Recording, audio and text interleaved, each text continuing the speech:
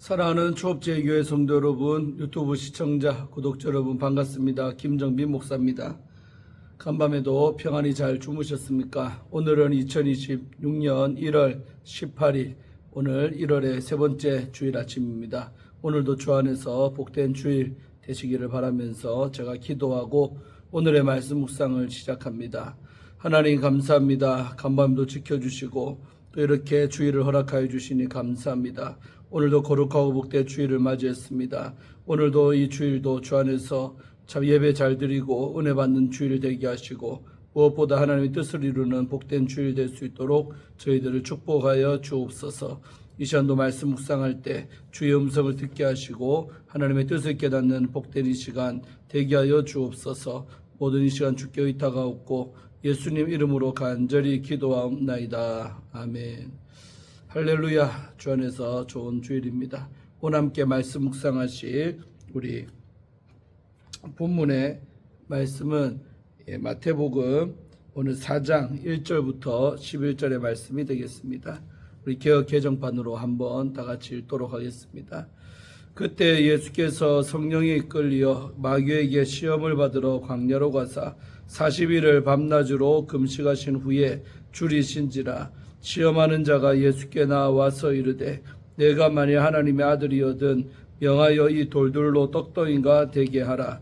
예수께서 대답하여 이르시되 기록되었을 때 사람이 떡으로만 살 것이 아니요 하나님의 입으로부터 나오는 모든 말씀으로 살 것이라 하였느니라 하시니, 이에 마귀가 예수를 거룩한 성으로 데려다가 성전 꼭대기에 세우고 이르되 네가 만일 하나님의 아들이거든 뛰어내리라. 기록되었을 때 그가 너를 위하여 그의 사자들을 명하시리니 그들이 오른손으로 너를 받들어 발이 돌에 부딪히지 않게 하리로다 하였느니라. 예수께서 이르시되 또 기록되었을 때 주 너의 하나님을 시험하지 말라 하였느니라 하시니, 마귀가 또 그를 데리고 지극히 높은 산으로 가서 천하만국과 그 영광을 보여 이르되 만일 내게 엎드려 경배하면 이 모든 것을 내게 주리라. 이에 예수께서 말씀하시되 사탄아 물러가라. 기록되었을 때 주 너의 하나님께 경배하고 다만 그를 섬기라 하였느니라. 이에 마귀는 예수를 떠나고 천사들이 나와서 수종드니라. 아멘. 네, 오늘 먼저 본문 말씀 주의할 때 은혜 받으시기를 바랍니다. 자, 오늘 1절과 2절 말씀은 마귀에게 시험을 받으신 예수님의 이야기가 나오죠. 세례를 받으신 예수님은 성령에 이끌려 광야에서 마귀에게 시험을 받습니다. 1절입니다. 이 시험은 성령님이 주도하시는 시험이므로 하나님의 계획에 따른 것입니다. 예수님은 40일을 밤낮으로 금식하신 후에 배고프셨습니다. 2절이죠. 육신을 입고 있기 때문에 당연한 거죠. 숫자 40은 이스라엘이 광야에서 보낸 40년을 상기시킵니다. 이스라엘이 광야에서 경험한 배고픔은 그들에게 시험이었습니다. 신명기 25장 18절, 또 시편 우리 107편 4절에서 9절, 또 이사야 49장 10절에 나옵니다. 마귀는 예수님이 하늘나라의 복음을 시작하지 못하기에 유혹하지만 새 이스라엘인 예수님은 하나님의 목적을 실현하는 아들과 종으로서 사명의 준비 단계를 통과하실 것입니다. 자, 첫 번째 시험 우리 3절과 4절인데요. 돌을 빵으로 만들라는 내용이 나오죠. 사탄은 예수님이 하나님의 아들이기 때문에 아들의 능력을 당신의 목적을 위해 먼저 사용하라고 시험을 합니다. 이 아들의 특권을 당신의 필요를 채우기 위해 사용하라고 부추기는 것입니다. 하나님의 아들이 아버지를 신뢰한다면 아들은 필요를 채워주실 아버지를 신뢰하고 아버지의 뜻을 기다릴 것입니다. 아버지를 신뢰하지 못하는 아들은 자신의 힘으로 먹는 문제를 해결할 것입니다. 사탄은 성부 하나님에 대한 예수님의 신뢰와 순종을 지금 시험하는 것입니다. 예수님은 기록된 말씀, 우리 신명기 8장 3절, 이 말씀을 근거로 대응하십니다. 신명기 8장의 사항에서 광야에 있는 이스라엘이 생존의 길은 필요를 채워주실 하나님의 말씀을 신뢰하는 것입니다. 하나님은 이스라엘이 성부 하나님을 신뢰하는 아들이 되도록 광야에서 교육을 하셨습니다. 하나님의 말씀을 신뢰하지 못한 사람들은 만나를 저장해서 먹는 문제를 해결하려고 합니다. 안식일에도 들에 나갔습니다. 이스라엘은 하나님의 말씀을 신뢰하지 못하고 하나님의 뜻에 순종하는 데 실패했습니다. 그러나 예수님은 사람이 빵으로만 살지 아니하고 하나님의 입으로 나오는 모든 말씀으로 살아야 함을 강조하십니다. 4절이죠. 이 시험은 예수님이 하나님의 아들로서 가지는 권위를 자신의 필요를 위해 먼저 사용하지 않고 하나님의 뜻에 최우선적으로 순종하는 아들로 묘사합니다. 자, 다음으로 우리 5절에서 7절까지 석절의 말씀은 두 번째 시험이죠. 성전 꼭대기에서 뛰어내리라는 마귀의 유혹입니다. 첫 번째 시험에서 예수님이 기록된 말씀으로 대응하자 마귀도 기록된 말씀 시편 91편 11절과 12절을 근거로 삼습니다. 6절이죠. 사탄은 예수님의 아들로서 아버지를 믿고 뛰어내리면 거룩하신 하나님이 반드시 살려주신다고 확신을 심습니다.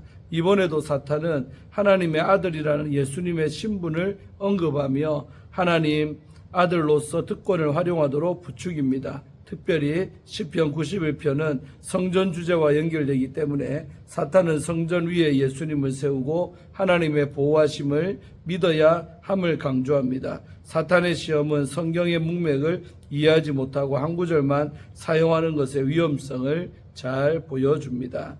예수님은 사탄이 성경 본문을 잘못 적용했음을 드러내기 위해서 신명기 6장 16절을 인용하십니다. 그 말씀이 7절이죠.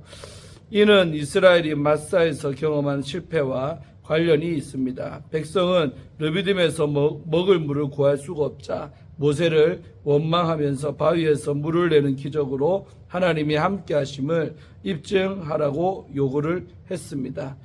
그들은 불안한 현실 앞에서 하나님의 임재를 확인하고 싶어 했던 것이죠. 그러나 하나님의 자녀는 하나님의 돌보심을 믿고 그분을 시험하지 않습니다.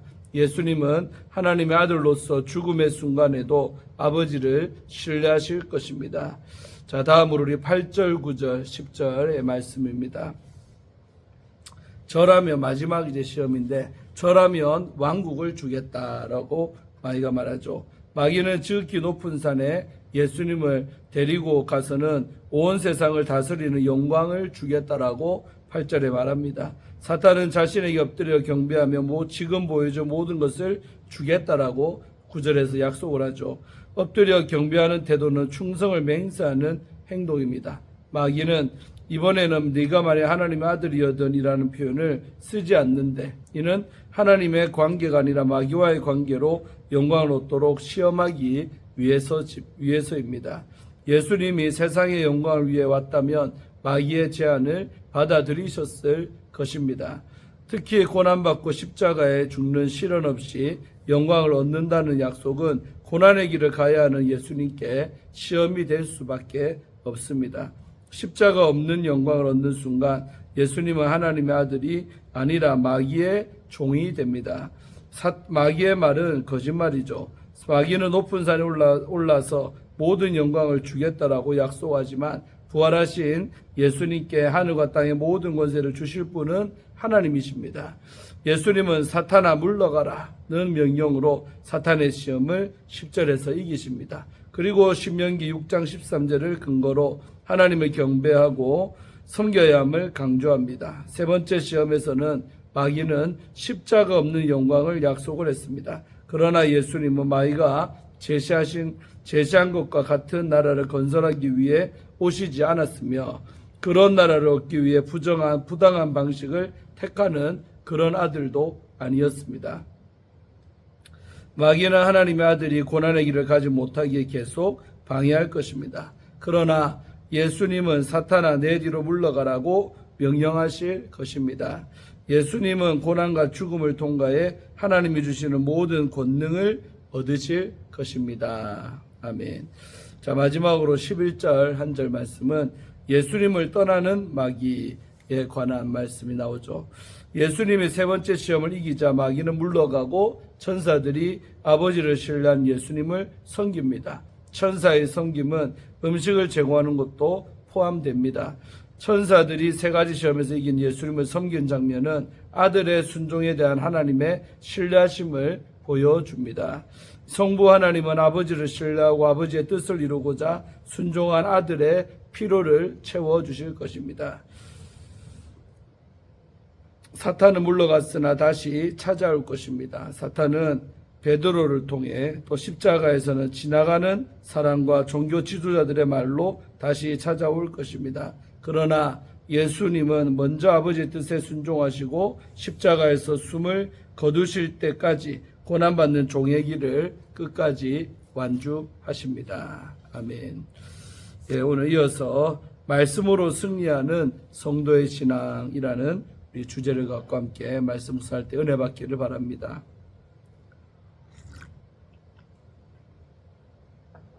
오늘 본문은 광야에서 금식하신 후에 마귀에게 시험 받으신 예수님에 관해 기록하고 있습니다.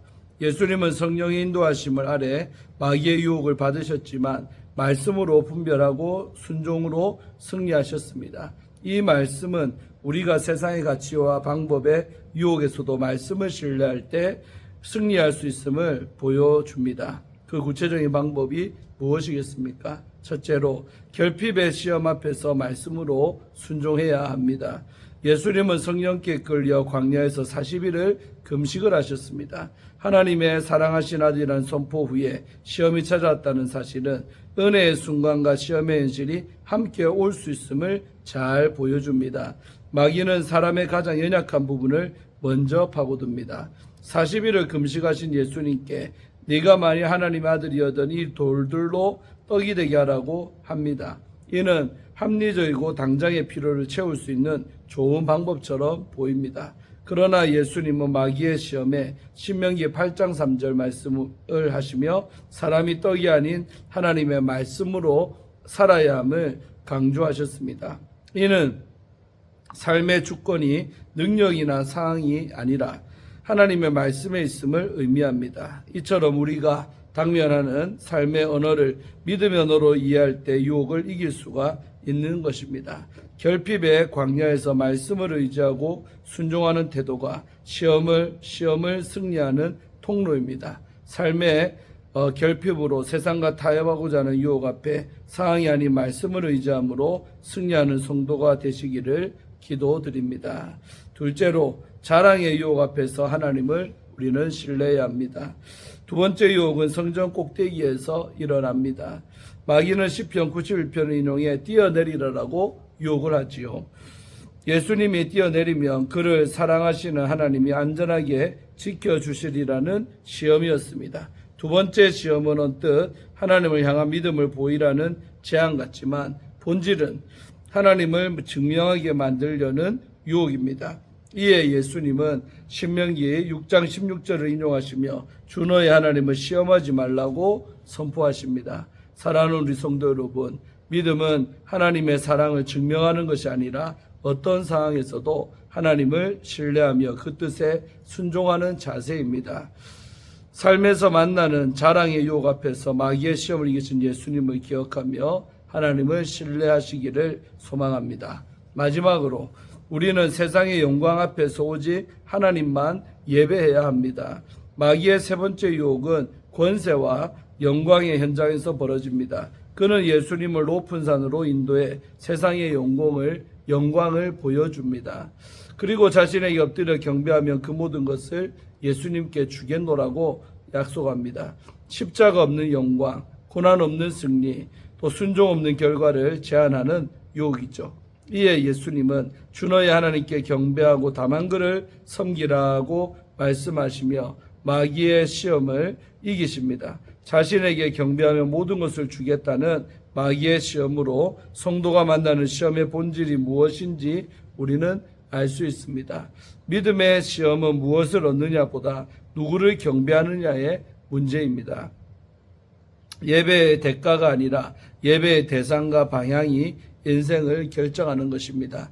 우리가 살아가는 세상도 성공, 영향력, 명성이라는 지름길을 권합니다.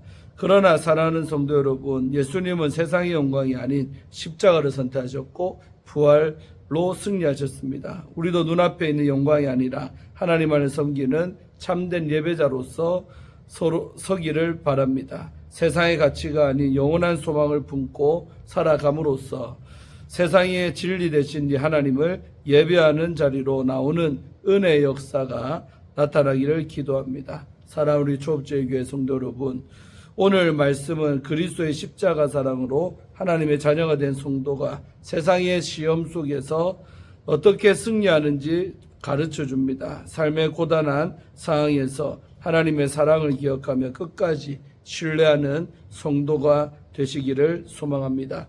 우리를 유혹하는 세상의 소리가 아닌 진리의 말씀을 의지함으로 믿음으로 승리하는 예배자가 되시기를 주의 이름으로 축복합니다. 아멘.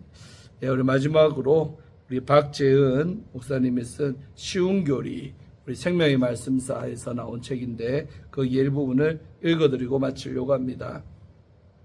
수년 전 아프리카 우간다에 위치한 난민촌에 신학 교육을 위해 들어갔던 기억이 있습니다. 난민촌이라 먹을 것도 마실 것도 변변치 않은 곳이었습니다. 큰 천막 하나 쳐놓고 난민들에게 몇 주간 신학을 가르쳤습니다. 처음에는 버틸만 했는데 한두 주 지나가면서 제대로 먹지 못하자 점점 배고픔에 전인이 지쳐만 갔습니다. 21세기 대한민국 땅에서 미처 경험하지 못했던 배고픔을 제대로 경험하니 갑자기 짜증이 밀려왔습니다.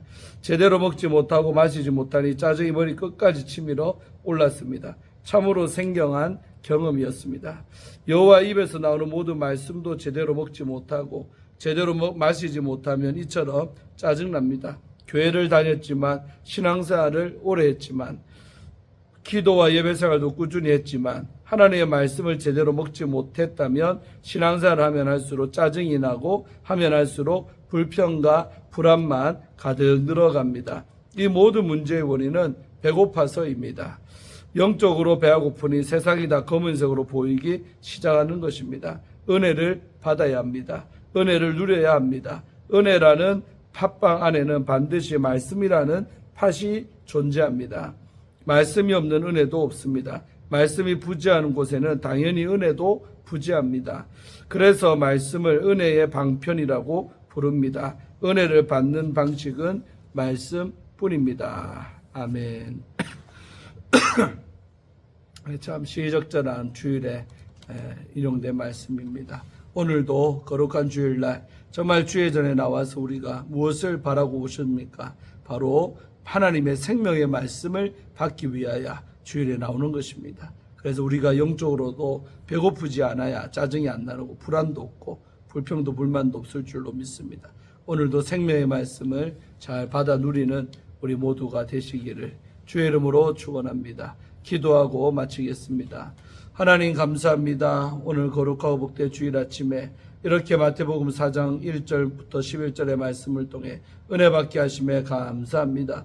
오늘도 우리도 마귀의 유혹을 예수님처럼 말씀으로 이기게 도와주시고 오늘도 마귀의 싸움에서 승리하는 저희들 되게 하여 주셔서 생명의 양식으로서 이 땅에 오신 그 예수님을 풍성히 받아 누리는 복된 주일이 되게 하시고 우리의 전 일생 동안도 하나님의 진리 안에 말씀 안에 거하는 우리의 영혼이 될 수 있도록 축복하여 주시옵소서. 이 정도 더욱더 생명의 말씀을 풍성하게 잘 증거하고 먹이는 그런 목자가 될 수 있도록 함께하여 주옵소서. 모든 것 주께 의탁하며 예수님 이름으로 간절히 기도하옵나이다. 아멘. 할렐루야. 오늘도 주 안에서 좋은 하루 되시기를 바라고 잠시 후에 예배 때 뵙겠습니다. 샬롬.